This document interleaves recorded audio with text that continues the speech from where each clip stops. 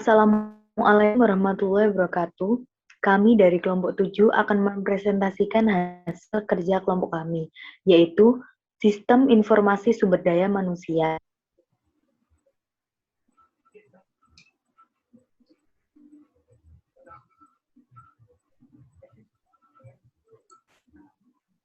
Sistem Informasi Sumber Daya Manusia. Salah satu faktor utama yang pengaruh terhadap kinerja perusahaan adalah tenaga kerja atau sumber daya manusia. Sumber daya manusia sebagai aset berharga bagi sebuah organisasi atau perusahaan. Sumber daya manusia yang ada dalam perusahaan harus dibina dan dikembangkan seoptimal mungkin, sehingga mereka dapat memberikan kontribusi yang optimal dengan memproduktivitaskan kerja karyawan yang tinggi dalam upaya mencapai tujuan yang telah ditetapkan. Setiap perusahaan besar maupun pemerintah pasti menggunakan teknologi informasi untuk memecahkan berbagai masalah.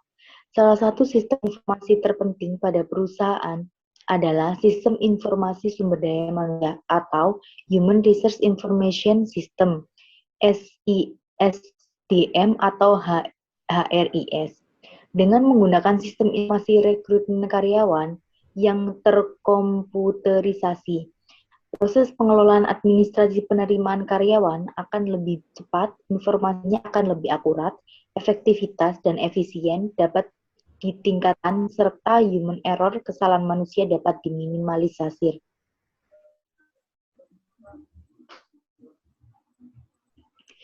Slide selanjutnya, presentasi selanjutnya akan dilanjutkan oleh teman saya yaitu Saftri. Manajemen sumber daya manusia adalah proses memperoleh, melatih, menilai, dan memberikan kompensasi kepada karyawan, memperhatikan hubungan kerja mereka, kesehatan, keamanan, dan masalah keadilan. Sumber daya manusia juga dapat dikatakan sebagai cara pengelolaan sumber daya manusia secara efektif dan efisien dalam organisasi agar mampu memberikan kontribusi secara optimal bagi pencapaian tujuan organisasi. Secara umum, fungsi atau aktivitas manajemen sumber daya manusia meliputi 3 elemen pokok. Yang pertama, pencarian tenaga kerja yang berkualitas. Kedua, pengembangan tenaga kerja yang berkualitas. Ketiga, pemeliharaan tenaga kerja. Sistem informasi sumber daya manusia yaitu sebuah sistem yang mendukung proses pengambilan keputusan dengan menyediakan berbagai informasi yang diperlukan. Informasi yang disediakan merupakan informasi mengenai kebutuhan akan pegawai dalam sebuah organisasi, informasi perekrutan pegawai, informasi data pegawai, informasi pengelolaan pegawai selama menjadi bagian dari organisasi tersebut, dan informasi mengenai pemberhentian pegawai. Salah satu elemen dari sistem informasi manajemen adalah sistem informasi SDM atau Human Resource Information System. Setiap perusahaan memiliki suatu sistem untuk mengumpulkan dan memelihara data yang menjelaskan sumber daya manusia, mengubah data tersebut jadi informasi dan melaporkan informasi itu kepada pegawai. Karakteristik informasi yang dipersiapkan dalam sistem informasi sumber daya manusia adalah tepat waktu, akurat, ringkas, relevan, dan lengkap. Slide selanjutnya akan disampaikan oleh Intan.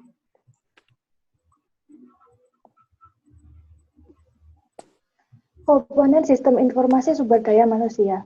Komponen-komponen dalam sistem informasi sumber daya manusia dapat diperoleh melalui sumber daya internal dan sumber daya eksternal. Yang pertama yaitu sumber daya internal. Sumber daya data internal terdiri dari dua bagian, yaitu yang pertama, data keuangan yang dapat diambil dari basis data akuntansi. Sistem SIA atau Sistem Informasi Akuntansi menyediakan daya akuntansi bagi HRIS sehingga database berisi gambaran yang lengkap dari sumber daya personil baik keuangan maupun non-keuangan. Contohnya yaitu elemen akuntansi adalah upah per jam, gaji bulanan, pendapatan kotor saat ini, dan pajak penghasilan tahun berjalan. Yang kedua yakni sumber daya manusia non keuangan dapat diperoleh melalui penelitian sumber daya manusia. Sistem penelitian sumber daya manusia berfungsi untuk mengumpulkan data melalui proyek penelitian khusus. Contohnya yakni penelitian sukses, analisis dan evaluasi jabatan, serta penelitian keluhan.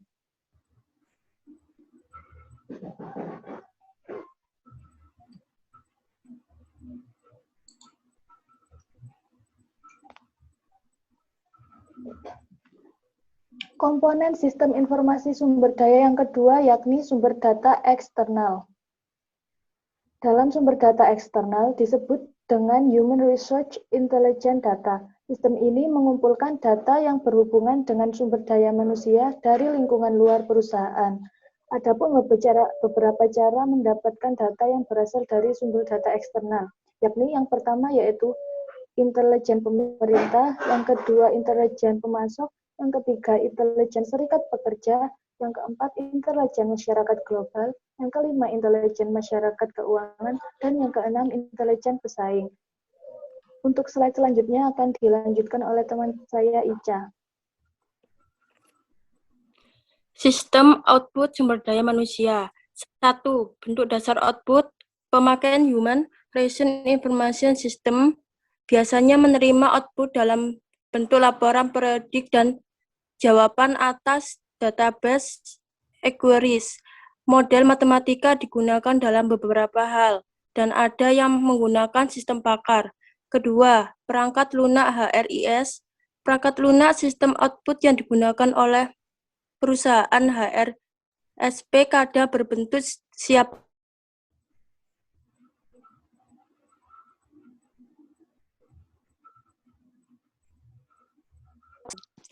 Ada 6 macam kelompok output dapat dihasilkan oleh sistem informasi sumber daya manusia, yaitu informasi tentang perencanaan tenaga kerja, informasi tentang penggadaan tenaga kerja atau rekrutmen, informasi tentang pengelolaan tenaga kerja, informasi tentang kompensasi meliputi informasi tentang penggajian dan kompensasinya, informasi tentang benefit yang diterima oleh karyawan, yang terakhir informasi tentang lingkungan kerja.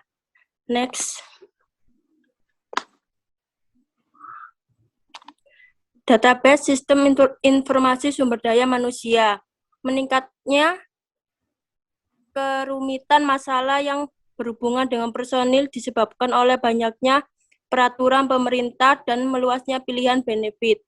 Membuat penyimpanan data dalam komputer sebagai suatu keharusan. Bagi database, SDM berisi komputer tersedia berbagai alternatif dalam hal isi, lokasi, dan manajemen pemasukan data. 1.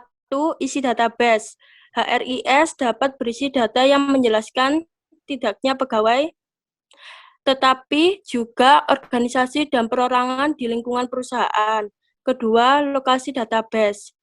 Dalam perusahaan HRSP, sebagian besar database HRIS ditempatkan pada komputer sentral perusahaan, tetapi yang lain berada di SDM, pada divisi operasi lain dan di luar pusat pelayanan. Ketiga, perangkat lunak manajemen.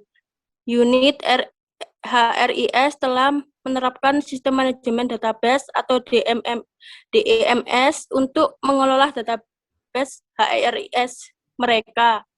Yang terakhir, keempat, database data. Database data dimasukkan ke dalam database dari beberapa sumber menurut penelitian HRSP. Selanjutnya akan diteruskan oleh Aleta. Fungsi sumber daya manusia. Fungsi ini terdiri dari 3 aktivitas penting, yaitu perencanaan, penarikan, dan seleksi sumber daya manusia. Sebenarnya, para manajer bertanggung jawab untuk mengantisipasi kebutuhan sumber daya manusia. Dengan semakin berkembangnya perusahaan, maka para manajer menjadi lebih tergantung pada Departemen Sumber Daya Manusia untuk mengumpulkan informasi mengenai komposisi dan keterampilan tenaga kerja saat ini. Dalam proses seleksi, Departemen Sumber Daya Manusia melakukan penyaringan melalui wawancara, tes, dan menyelidiki latar belakang pelamar. Ada beberapa fungsi Departemen SDM, diantaranya yaitu yang pertama, performance evaluation, berkaitan dengan penilaian kinerja sumber daya manusia merupakan tanggung jawab Departemen Sumber Daya Manusia dan para manajer. Yang kedua, compensation, dalam hal kompensasi dibutuhkan suatu koordinasi yang baik antara Departemen SDM dengan para manajer. Para manajer akan bertanggung jawab dalam hal kenaikan gaji, sedangkan Departemen SDM bertanggung jawab untuk memastikan bahwa kompensasi yang diberikan bersifat kompetitif. Yang ketiga, training and development. Departemen SDM bertanggung jawab untuk membantu para manajer menjadi pelatih dan penasehat yang baik bagi bawahannya, menciptakan program pelatihan dan pengembangan yang efektif bagi karyawan baru. Yang keempat, employer relation. Departemen Sumber Daya Manusia bertanggung jawab untuk menghindari praktik-praktik yang tidak sehat, dan yang terakhir, safety and health. Setiap perusahaan wajib untuk memiliki dan melaksanakan program keselamatan untuk mengurangi kejadian buruk yang tidak diinginkan dan mencapai kondisi yang sehat. Tenaga kerja perlu diingatkan mengenai pentingnya keselamatan kerja. Next. Kegiatan utama sumber daya manusia. SDM mendukung area fungsional lain dengan membantu mendapatkan personil baru, mempersiapkan personil untuk melakukan tugasnya, dan menangani semua pencatatan yang berhubungan dengan pegawai dan mantan pegawai. Dalam memenuhi tanggung jawabnya, SDM melaksanakan 4 kegiatan utama, yaitu yang pertama, perekrutan dan penerimaan. SDM membantu membawa pegawai baru ke dalam perusahaan dengan memasang iklan lowongan kerja. Yang kedua, pendidikan dan pelatihan. Selama periode kepegawaian, SDM dapat mengatur berbagai program pendidikan dan pelatihan yang diperlukan untuk meningkatkan pengetahuan dan keahlian kerja pegawai. Yang ketiga, manajemen data. SDM menyimpan database yang berhubungan dengan pemakai dan memproses data untuk memenuhi kebutuhan informasi pemakai. Dan yang terakhir, keempat, penghentian dan administrasi. Tujuan tunjangan ketika pegawai berhenti bekerja. SDM memproses kertas kerja yang diperlukan dan kadang melakukan wawancara keluar.